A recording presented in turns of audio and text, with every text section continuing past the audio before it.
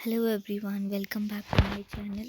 आई am Riya और आज की हमारी इस वीडियो में हम रीड करने वाले एनसीईआरटी क्लास 6 साइंस का chapter number 3 fiber to fabric और ये पार्ट 2 है। So let's start where we left in our previous video. In our previous video, we have read about some plant fibers from which we get fibers, some plants from which we get fibers, and the process of ginning. And now we will read from here. Okay. The process of making yarn from fibers is called spinning. जब हम yarn से fibre बनाते हैं तो उस process को हम spinning कहते हैं. In this process, fibers from a mass of cotton are drawn out and twisted.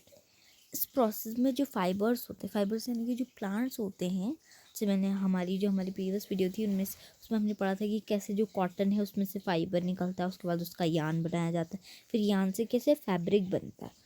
उसी तरीके से जो फाइबर्स होते हैं, मास ऑफ कॉटन होता है, उन्हें उसमें बहुत सारा प्रोसेस होता है. उसे कोम से वो करते हैं. उसके बाद यहाँ पर देख रहे हैं ना, यहाँ पर जैसे अगर हमें कॉटन बनाना है तो उसके लिए कोम से इस तरीके से गिनिंग करनी पड़ेगी, उसकी ऐसे करना पड़ता है. This brings the fibers together to form a yarn. ये जो इस प्रोसेस से गिनिंग के प्रोसेस जितनी भी कॉटन है वो एक साथ आ जाती है, टुगेदर आ जाती है, और उससे यान बनाने में आसानी होती है, क्योंकि यान का मतलब ही एक साथ सारा कॉटन जुड़ा हुआ या कुछ भी. जूट का भी यान बनाते हैं. अ simple device used for spinning is a hand spindle, also called तकली. जो सिंपल डिवाइस होता है स्पिनिंग के लिए यूज़, उसे हैंड स्पिंडल कहते हैं या तकली कहते हैं, जो फिगर 3.10 में यहाँ पर दिखाई गई है. ये देखिए, सॉरी, ये है ना, सॉरी, ये रही, इसे बोलते हैं तकली. Another hand operated device use for spinning is चरखा. एक और जिससे स्पिनिंग करी जा सकती है वो है चरखा, जैसे गांधी जी भी यूज़ करते थे. फिगर 3.11 यहाँ पर देखिए. Use of charkha was popularized by Mahatma Gandhi as part of the independence movement.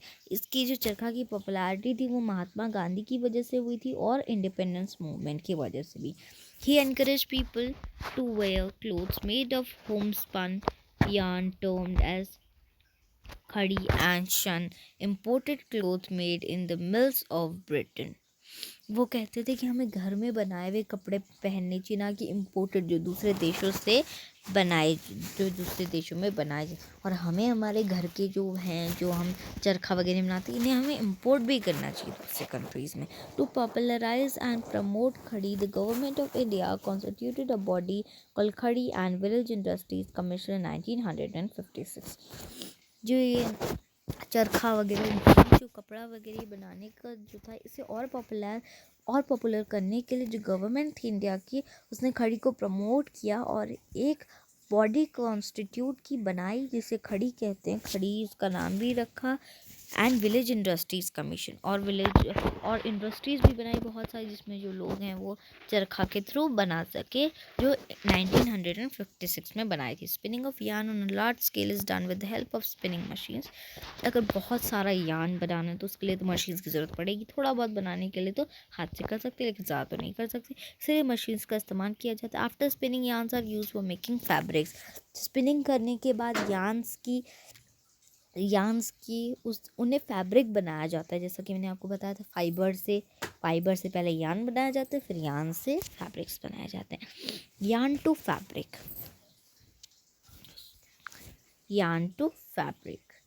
There are many ways by which fabrics are made into yarn. बहुत सारे ऐसे प्रोसेस हैं जिनके थ्रू जो फैब्रिक्स हैं उन्हें हम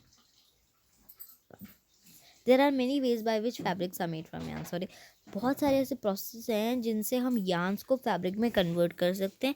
जो टू मेन प्रोसेसेस हैं वो है वीविंग और निटिंग के. सॉरी, वीविंग और निटिंग के प्रोसेस। पहले हम पढ़ेंगे वीविंग क्या होता है। Weaving in activity 2 you might have notice that a fabric is made up of 2 sets of yarns arrange together. जो हमारा ये जो फैब्रिक होता है ये दो yarn से मिलकर बना होता है। The process of arranging 2 sets of yarn together to make a fabric is called weaving. जब हम दो यार्न के टुकड़ों को एक साथ मिलाते हैं फैब्रिक बनाने के लिए, उसे ही हम क्या कहते हैं, वीविंग कहते हैं। सिंपली इसकी डेफिनेशन क्या होगी, अरेंजिंग। सिंपली अगर आपको कहा जाए लिखने के लिए इसकी तो आप क्या लिखेंगे, arranging 2 sets of yarns together to make a fabric is called weaving. Simple सी डेफिनेशन होगी इसकी। Let us try to weave some paper strips. अब यहाँ पर एक्टिविटी है फिर से, अब वो बोल रहे हैं कि एक पेपर स्ट्रिप से वीविंग करेंगे वो। ये एक्टिविटी हम नहीं रीड कर रहे हैं अभी।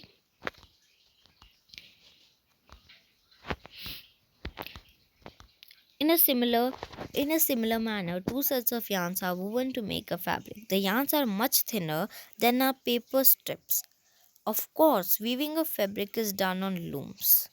जो यार्न होता है वो हमारी जो पेपर की स्ट्रिप होती है उससे भी पतला होता है, बहुत ज़्यादा पतला होता है। जब हम फैब्रिक को वीव करते हैं तो उसे लूम्स के द्वारा क्या किया जाता है, वीव किया जाता है। अब लूम भी कोई मशीन होगी। 3.13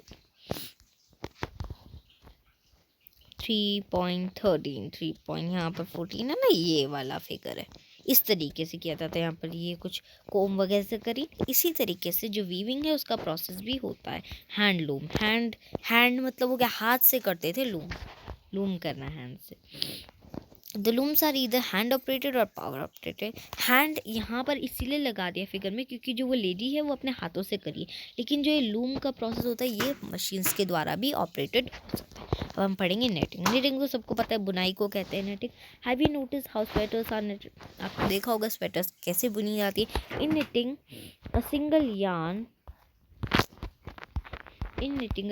yarn is used to make a piece of fabric. जब हम बुनाई करते हैं तो एक सिंगल यानी कि एक सिंगल सा धागा चाहिए रहता है एक पूरे फैब्रिक, क्योंकि जो हमारी पूरी स्वेटर होगी वो पूरा हम फैब्रिक ही कहेंगे ना, उससे फैब्रिक से बनेगी। फैब्रिक है, उसे हम फैब्रिक ही तो कहेंगे। 3.14 में अपन निटिंग करते हुए दिखाएंगे। Have you ever pull the yarn from a torn pair of socks? आपने कभी देखा होगा जब कोई सॉक्स फट जाता है तो उसमें अंदर से बहुत छोटे छोटे से धागे निकलते हैं, क्या होता है वो, what happens? A single yarn gets pulled out continuously as the fabric gets unravelled. जैसे जैसे हम वो छोटा छोटा जो धागा उसे खींचेंगे वैसे वैसे जो सॉक्स है वो और फटने लगेगा, उसमें और छेद होने लगेगा, और धीरे धीरे जो फैब्रिक है उसका सारा यार्न निकल जाएगा और सब छोटे छोटे पीसेस में आ जाएंगे। Socks and many other clothing items are made of knitting fabrics.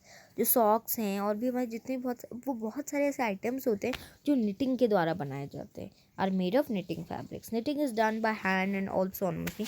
Knitting होती है वो हाथों से भी की जा सकती है और मशीन से।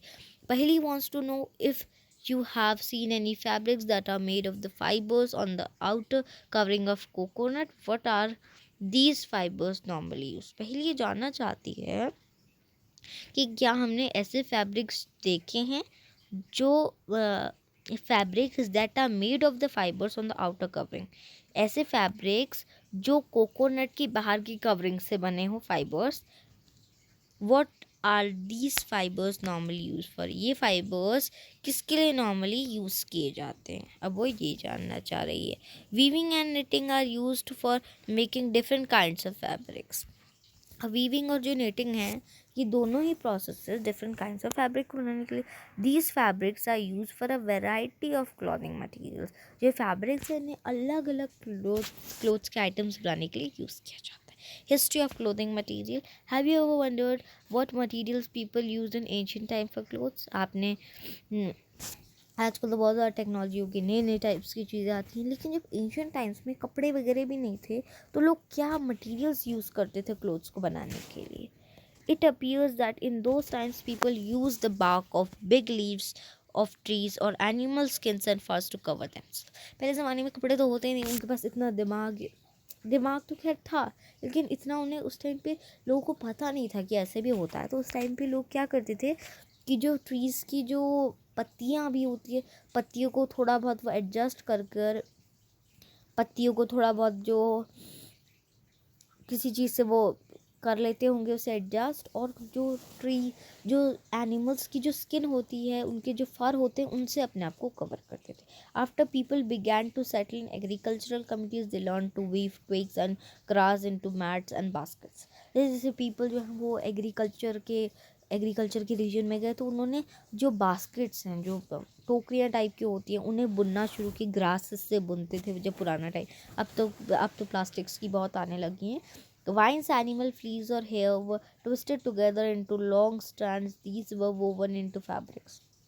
फिर धीरे धीरे उन्हें एनिमल के बालों से कपड़े बनाना फिर धीरे धीरे शुरू किया, फैब्रिक बनाया उसका धीरे.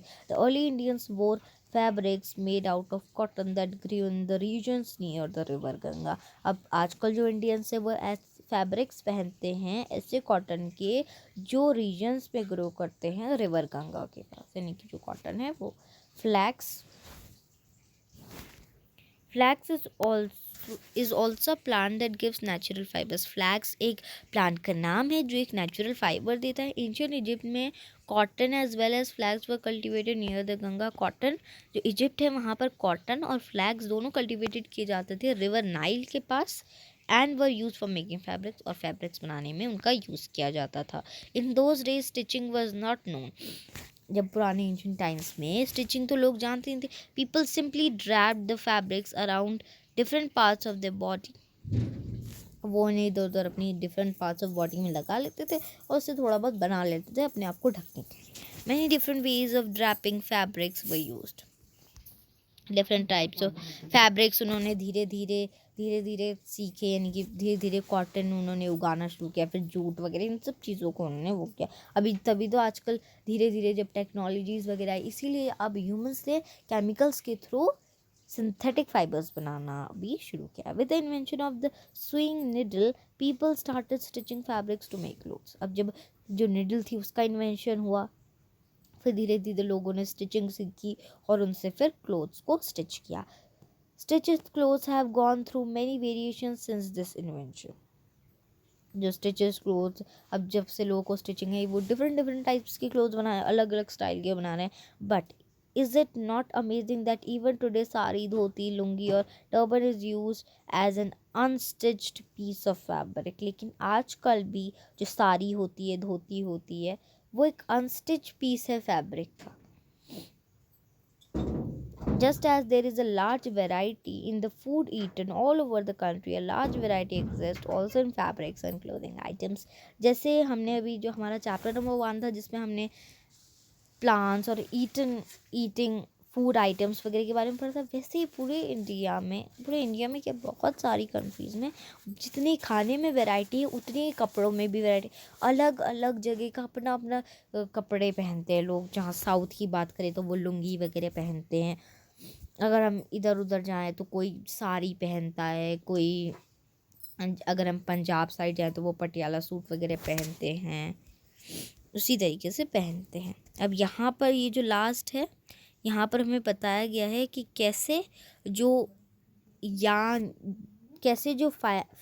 फाइबर होता है उससे कैसे फैब्रिक तक बनाने का जो प्रोसेस होता है.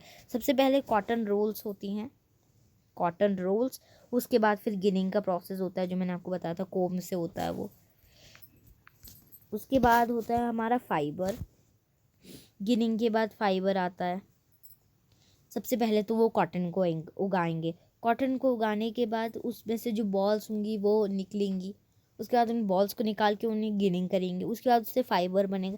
फाइबर बनाने के बाद फिर उसे स्पिन करेंगे. वो स्पिनिंग करने के बाद फिर उसका यार्न बनाएंगे.